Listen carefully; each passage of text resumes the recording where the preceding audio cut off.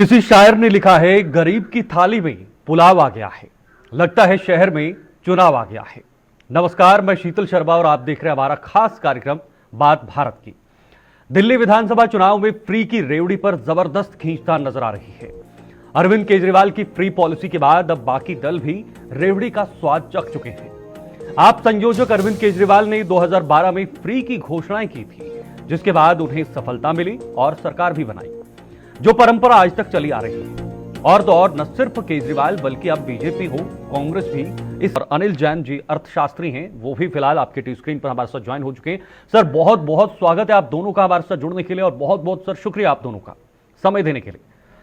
अनिल जी, आपसे मैं शुरू करना चाहूंगा क्योंकि आप अर्थशास्त्री हैं, आप इन चीजों को बहुत करीब से जानते हैं, एक्सपर्ट हैं, इनको पूरा डीपली गहराई से जानते हैं। फ्रीबीज से किसको फायदा है और किसको नुकसान है? पहला सवाल मेरा यही रहेगा। फायदे की बात करें जी, मुझे अगर लॉन्ग टर्म फायदे की बात करते हैं तो मुझे तो कोई फायदा नजर नहीं आता है। ठीक है। आप अगर आज किसी को फ्री की आदत डाल रहे हैं, जैसे अभी मैंने सुना नड्डा जी ने कहा कि 2500 रुपए देंगे एक महिला को, तो क्या दिल्ली में 2500 रुपए से उस महिला का घर चल जाएगा? आप क्या चाह रहे हैं? आज 2500 रुपए देंगे गरीब महिला को। गरीब की क्या डेफिनेशन है? आप केवल एक स्टेट के ऊपर केवल एक अट्रैक्शन डाल के या एक लॉलीपॉप दिखा के केवल एक वोटर को अट्रैक्ट करना चाह रहे हैं। ये this is not in the interest of even those persons who are going to enjoy these benefits. इस चीज को समझने की जरूरत है।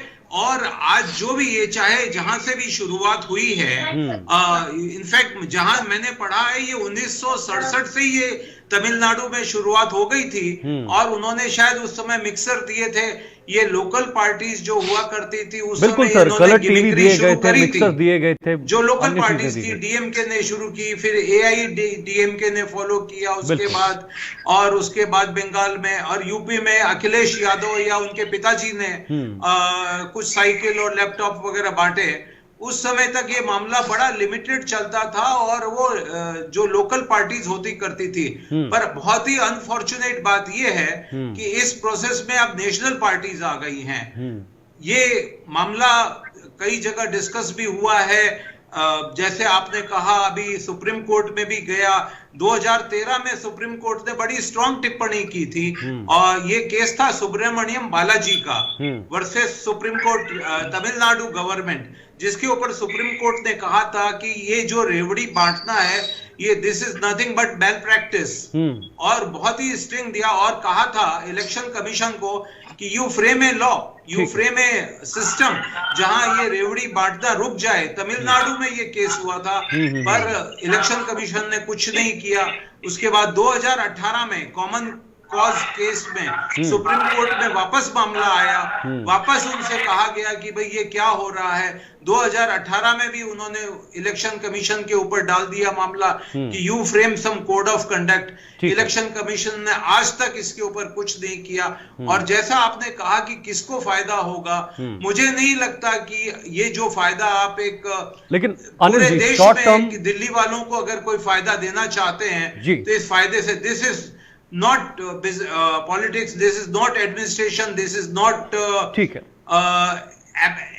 in any way this cannot be approved, this cannot be encouraged and it is not in national interest। तो क्या sir short term benefit political इस चीज का उठा रही है? पॉलिटिकल पार्टी उनको पूरा बेनिफिट मिल रहा है?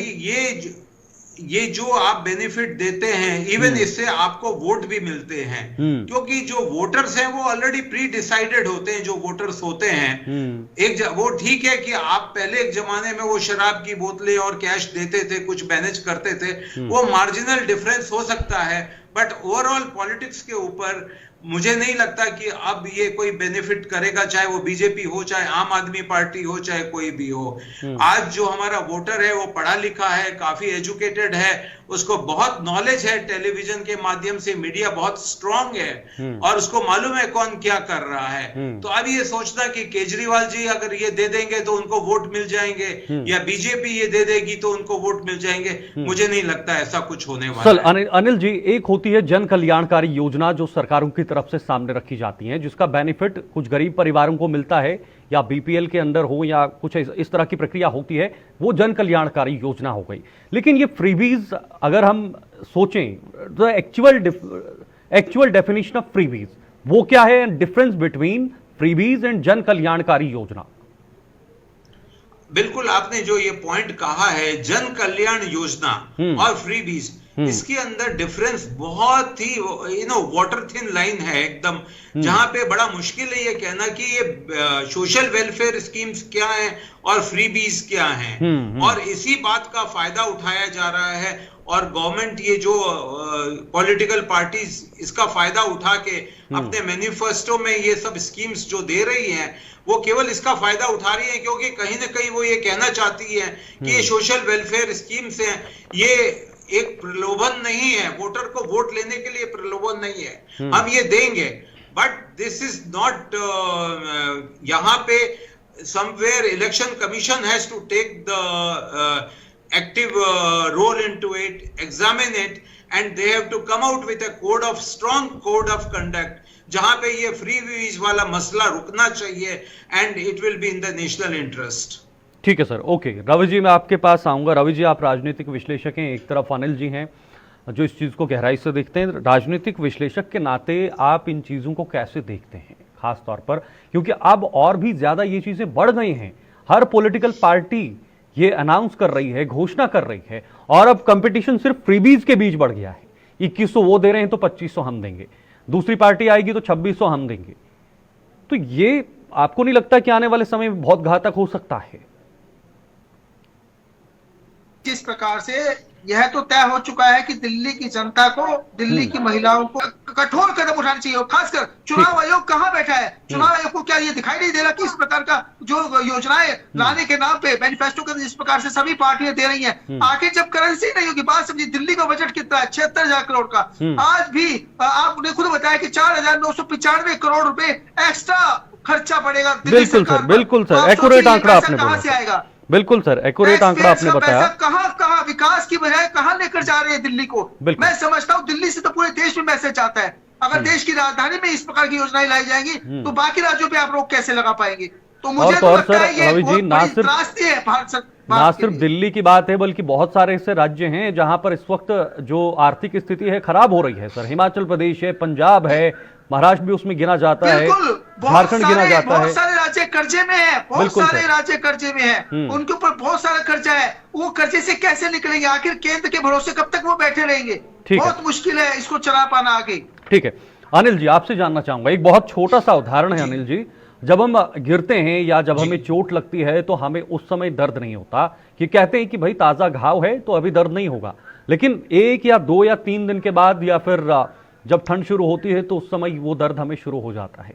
तो क्या हम इसी तरह से फ्रीबीज को ले सकते हैं? अभी ठीक है, अभी दर्द हमें महसूस नहीं हो रहा है, जा रहा है। अरविंद केजरीवाल तो खुलेआम कह रहे हैं भाई पैसे खूब हैं, पैसे बहुत हैं, मैं गर्व से कहता हूं कि मैं फ्रीबीज दे रहा हूं दिल्ली वालों को, लेकिन प्रधानमंत्री मोदी ने तो मना किया था, बताइए उनको फ्रीबीज को बंद करें। केजरीवाल कहते हैं मैं गर्व से दे रहा हूं। तो क्या हम इसको इसी दर्द की तरह से ले सकते हैं कि आने वाले कुछ सालों के बाद हमें यह दर्द महसूस होगा कि भाई नुकसान हो रहा है? ये एक बीमारी है, मुझे लगता है ये दर्द नहीं है, ये एक बीमारी हो गई है, और ये छूत की बीमारी हो गई है, एक को देख के दूसरा। पर इसका जो असर है वो इनको, अब आप देख सकते हैं, कोई भी आदमी, समझदार आदमी देख सकता है, हमारा रुपया, आप ताजुब करेंगे, जब अंग्रेज हमें छोड़ के गए थे तो 1 रुपए में $1 मिलता था, 1 पौंड मिलता था। बिल्कुल सर, 1 रुपए में $1 मिलता था 1947 में। आप आज, हमें शर्म आती है कहते हुए कि अब हमें 86 रुपए में $1 मिलता है। ये क्या है? Miss application of financial resources, deficient financing. आप क्या रुपया लुटाते जाओ। तो अब दो तरीके हैं रुपए को वापस इकट्ठा करने का, या तो टैक्स बढ़ाते जाओ या दूसरा लोन लेते जाओ। ठीक है। लोन लेते जाओगे तो ब्याज भरते जाओगे, तो पूरा का पूरा मिसमैच हो जाएगा। अभी सिस्टम में क्या हो रहा है, ये मिसमैच हो गया है और ये मिसमैच कोई कंट्रोल नहीं आ रहा है और ये पूरे नेशनल लेवल पे हो गया। अब ये दिल्ली की कहानी नहीं है, ये हर स्टेट को आप देखिए, स्टेट गवर्नमेंट को देखिए, उनके लोन कितने बढ़ गए हैं। हर बार वो क्या होता है, हर तरह तरह के बॉन्ड इशू कर देते हैं, 20 साल का बॉन्ड, 40 साल का बॉन्ड, 50 साल का बॉन्ड, और इस तरह से बॉन्ड्स इकट्ठे बेच के इलेक्ट्रिसिटी बॉन्ड वाले अलग बॉन्ड बेच रहे हैं, म्युनिसिपल कॉर्पोरेशन अलग बॉन्ड बेच रहा है। ये बॉन्ड बेचना क्या है? आप उधार ले रहे हैं, उधार लेंगे तो आपको ब्याज देना पड़ेगा, ये रुपए चुकाना पड़ेगा। और यही कारण है कि ये जो आप 86 रुपए का देख रहे हैं, ये जो पेट्रोल आपको 110 रुपए का या 100 रुपए का भरवाना पड़ रहा है, this is all result of that. हमारे पास फंड्स की कोई कमी नहीं है, पर अगर आप इस तरह से रेवड़ी बांटेंगे, मैं किसी पर्टिकुलर पॉलिटिकल पार्टी के ऊपर आक्षेप नहीं कर रहा हूं, this has become a common culture. बिल्कुल सर। कि किसी तरह से बेवकूफ बनाओ लोगों को, और बेवकूफ बना, वो सब समझते हैं कि जनता बेवकूफ है। जनता को ये टुकड़े डाल दोगे, जैसे कुत्ते को हड्डी डालते हैं, ये कुत्ते को हड्डी डाली जा रही है वोट लेने के लिए। मुझे अनफॉर्चुनेटली आपकी चैनल पे इस तरह के शब्द यूज करने पड़ते हैं, मुझे बहुत दुख होता है कि पढ़ा लिखा आदमी इस तरह, बट ये कुत्ते की हड्डी से ज्यादा कुछ नहीं है। वो जाके कि आपको ये दिया जाता है और आप उनको वोट दे देते हैं। लेकिन अनिल जी, एक आम व्यक्ति का सहयोग क्या हो सकता है इसमें? एक आम इंसान क्या इसमें कर सकता है? देखिए, आम इंसान का इसमें कोई रोल नहीं है, इसमें एक तरीका है एडमिनिस्ट्रेशन का। ये जो खर्चा है, आप कोई भी गवर्नमेंट कोई भी खर्चा करे तो उसको, हमारे यहाँ पे पहले प्लानिंग कमीशन था, नीति आयोग है, इसी तरह से स्टेट लेवल पे प्लानिंग कमीशन है, नीति आयोग है। अब प्लानिंग कमीशन खत्म होके नीति आयोग हो गया है। मैं ये कहता हूं कि कोई भी गवर्नमेंट कोई भी खर्चा करे उसको नीति आयोग से अप्रूव करवावे, और बगैर नीति आयोग के अप्रूवल के कोई भी पैसा खर्च नहीं होना चाहिए।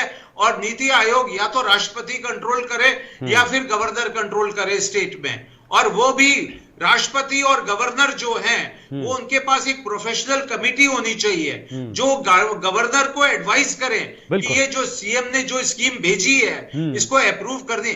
ऐसा नहीं हो जैसा आक्षेप लगता है दिल्ली में कि गवर्नर साहब बीजेपी का है, तो उसको हटाने का एक ही तरीका है कि वह एक फाइनेंस कमेटी गवर्नर के ऑफिस में या राष्ट्रपति के ऑफिस में हो, और जो भी प्रपोजल, फाइनेंशियल एक्सपेंडिचर प्रपोजल्स आए कुछ भी बांटने के, that should go in a professional way, जैसा कि अमेरिका में होता है। अमेरिका का राष्ट्रपति कुछ नहीं बांट सकता, उसके हाथ में कुछ नहीं है। तो same is there is a check and balances to be established. ठीक है, ठीक है। रवि जी, आपके पास आऊंगा। आप कितना सहमत है अनिल जी से? और जो डेमोक्रेसी की हम बात कर रहे हैं, ठीक है, भारत एक डेमोक्रेटिक देश है, लोकतांत्रिक देश है, लेकिन इसका मतलब ये तो नहीं कि राजनीतिक पार्टियां आएंगी, कुछ भी बोलकर चले जाएंगी। ना उनके पास एक टीम है, ना एक बॉडी है अर्थशास्त्र को जानने की, कि इसका आंकलन किया जाए, कितना नुकसान होगा, कितना फायदा होगा, कितना खर्चा होगा, कितना बजट होगा। ये पहले से आंकलन नहीं होता। 4 नेता आए, उन्होंने अपनी जगह पर इसको बना दिया और प्रेस कॉन्फ्रेंस करके सामने रख दिया कि भाई ये हम दे रहे हैं, क्योंकि पैसा आ रहा है, पैसा आ रहा है, वो जा रहा है। लेकिन क्या प्रॉपर वे में, प्रोफेशनल वे में इस चीज के कुछ लिमिटेशंस होनी चाहिए, कुछ रूल्स, कुछ नियम होने चाहिए? शीतल जी, जब कोई देश है, और सबसे मैं समझता हूं ऐसे में हमें बहुत सोच समझ के कदम उठाने चाहिए, और खासकर देश की राजधानी दिल्ली के अंदर अगर ऐसा मैसेज आएगा तो बाकी राज्यों से आप क्या अपेक्षा कर सकते हैं? जैन साहब, छोटा सा जवाब चाहूंगा 20 सेकंड में, कंक्लूडेड कमेंट आपसे चाहूंगा। अगर हम इसका आकलन करेंगे, आप बहुत ज्यादा कर पाएंगे, एनालाइज करेंगे, तो क्या लगता है कि क्या फाइनेंशियल क्राइसिस आने वाले कुछ सालों में भारत को झेलने पड़ सकते हैं, आने वाले कई सालों के बाद? बिल्कुल, आपने बहुत ही सही क्वेश्चन, एक्चुअली जो मेरे दिमाग में कई दिनों से चल रहा है, in fact I am working on that. मुझे लगता है कि भारत में ये क्राइसिस बिल्कुल आ सकता है। ठीक है। अगर ये ऑयल प्राइसेस हमारी बढ़ जाती हैं, क्योंकि ऑयल में हमारा एक बहुत बड़ा अमाउंट है जो फॉरेन एक्सचेंज का चाहिए, वो जा रहा है। अगर हमारी एक्सपोर्ट पॉलिसीज प्रॉपरली प्लेस्ड नहीं होती है, एक्सपोर्ट हमारा रियल टर्म्स में बढ़ नहीं रहा है, ठीक है, रुपया हमारा, और एक चीज ध्यान जी रखिए, सर। हमारा जो लोन है वो पिछले 10 साल में 3 गुना 4 गुना हो गया है। अब इस पे हमें ब्याज भी चुकाना है और प्रिंसिपल अमाउंट भी पे करना है। तो ये सब बातें इकोनॉमी के फेवर में नहीं जा रही। कहीं ना कहीं स्ट्रॉन्ग कंट्रोल की जरूरत है, स्ट्रॉन्ग डिसिप्लिन की जरूरत है, फाइनेंशियल मैनेजमेंट की जरूरत है, और आई एम श्योर वो कर रहे हैं। मुझे लग रहा है, ऐसा नहीं है कि वो नहीं कर रहे हैं, ठीक है, पर शायद इसमें और ज्यादा थोड़ी मेहनत की ठीक है जरूरत सर, है। ठीक है, ठीक है। बहुत बहुत शुक्रिया सर अनिल जी, समय निकालने के लिए। रवि जी, आपका भी बहुत बहुत शुक्रिया ये समय देने के लिए, और खास तौर पर इन फ्री रेवड़ीज पर बातचीत करने के लिए। तभी हमने कहा था, मैंने शुरुआत में कहा था कि किसी शायर ने लिखा है कि गरीब की थाली में पुलाव आ गया है, लगता है शहर में चुनाव आ गया है। चुनाव दिल्ली के अंदर होने हैं, लेकिन उस चुनाव से पहले खूब पुलाव जो है वो परोसा जा रहा है। अब इस पुलाव के बीच किसका दाव बनता है, और किसके दाव के बीच किसका चुनाव बनता है, और कौन जीतता है कौन हारता है, ये आने वाला वक्त